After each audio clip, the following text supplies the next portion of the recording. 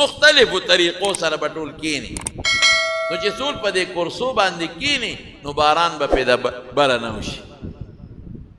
باران به د سوي د خوشبویو باران به پیوشي نو چې د الله د طرف نه د خوشبویو باراني ابه څومره مزیداري داسې خشته باران د خوشبویي به د خلکو نه دي بعضې باران ډېر خشته او ډېر خوندور او مزیدار لګي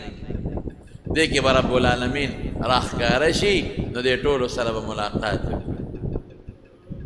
ټول به الله وویني وجوه یومئذ ناظره الى ربها ناظره مخونه به خوشحاله او تازه وي او خپل رب ته به ګوري او چې الله یو سکند دا جنتیان وویني یو سکند معمولی شي ابا دومره خوندوري دي له به خوند ورکړي چې د جنت د زرو کالو خوشحالۍ به تېرې شي دومره خوند به یې په هغې کې رب العالمین به دوی ته ووایي چې ای جنتیانو ما خو د دنیا نعمتونه درکړل څه کم دي نه الله چې څه هم نه دي کم چې څه غواړو میلاویږي ووایه که نه کله کې هم څه تېرېږي چې دله درکړم الله هر څه میلاو شو زه کې څه غواړو هغه میلاویږي وینه یو خوشحالي پاتې ده هغه لا مې نه ده درکړې یا الله هغه څه خوشحالي ده وې سوچونه وکړې د دې زړه کې به نه راځي یا الله به څه خوشحالي وي نو الله به ورته خپل دیدار وکړي دیدار بیا به ورته الله وایي بندګانو وایه که نه یو خوشحالي بله پاتې لا مې نه ده درکړې الله هغه څه خوشحالي ده هغه ستا دیدار دی هغه هم میلاو شو خدای چې دا دیدار دی راته بیا بیا کې ډېر خوند دی پکې کوم به داسې ځان به راته ښیم خپل دیدار به راته کوم د الله د شان مناسب لیکن یو خوشحالي مې درته لا نه ده درکړې او پاتې ده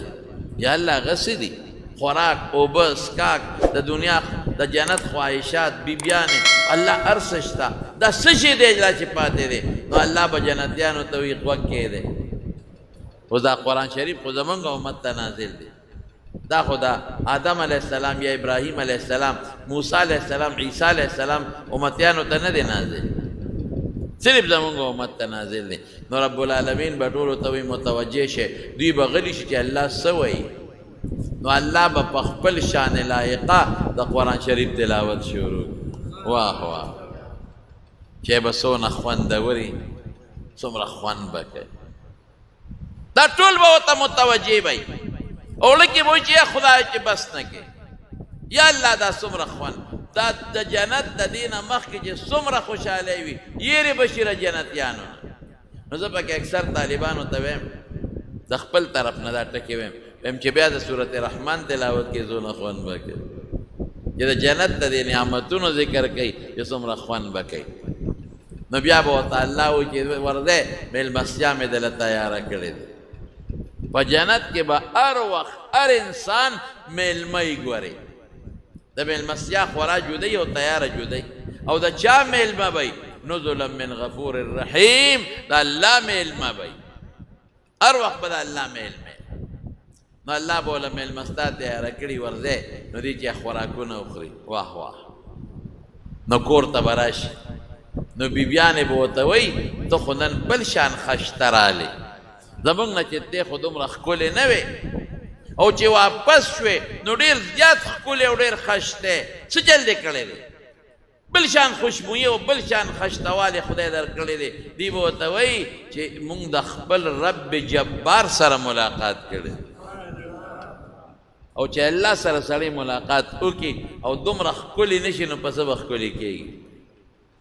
بعضې نیکان به سار او ماښام جنت کې سار او ماښام نشته یو شان ورځ ده یعنی هر ټیم به د الله سره ملاقات کوي جنت کې ورځ هفتې نشته د دنیا د هفتې برابر ټیم کې به بعض انسانان جنتیان د الله سره ملاقات کوي مرتبو کې د درجې به د هر چا دپاره یو درجه به د بلې نه دومره لري لکه د 500 کالو په مزل وي تاسو د ستورو ته نه ګورئ په دې اطرافو کې څومره لري دي دومره ستوري دي د الله په دې کائناتو کې قسم په خدای که اوسه پورې د سیندانانو معلوم کړي یو څو میاشتې مخکې ما یو آرټیکل کته یو ستوری دی چې کله خدای پیدا کړی دي پته شته ده خدای خبر چې 1000 کاله وشو 15000 ارب کاله وشو که کروڑ وشو که څونه وشو او یو ستوری او رڼا څومره تیز دی چې نور راښکاره چې څومره دلته تیزه رڼا را رسېږي وایي د هغې ستوري رڼا دنیا ځمکې ته اوس یې لاره ورسېده دومره د خدای کائنات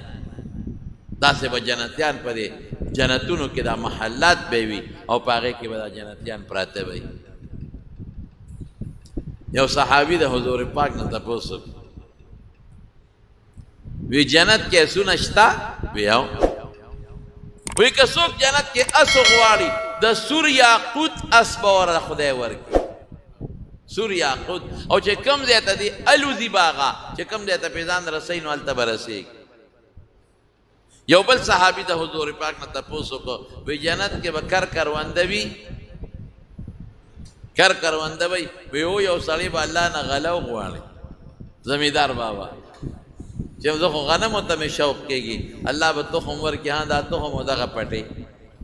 دی به هغه تخم په هغه پټي کې اونولي چې څنګه یې اونلي د سترګې د رب نه زر به هغه زرغون شي او لکه د غرونو غنم به ترې جوړ شي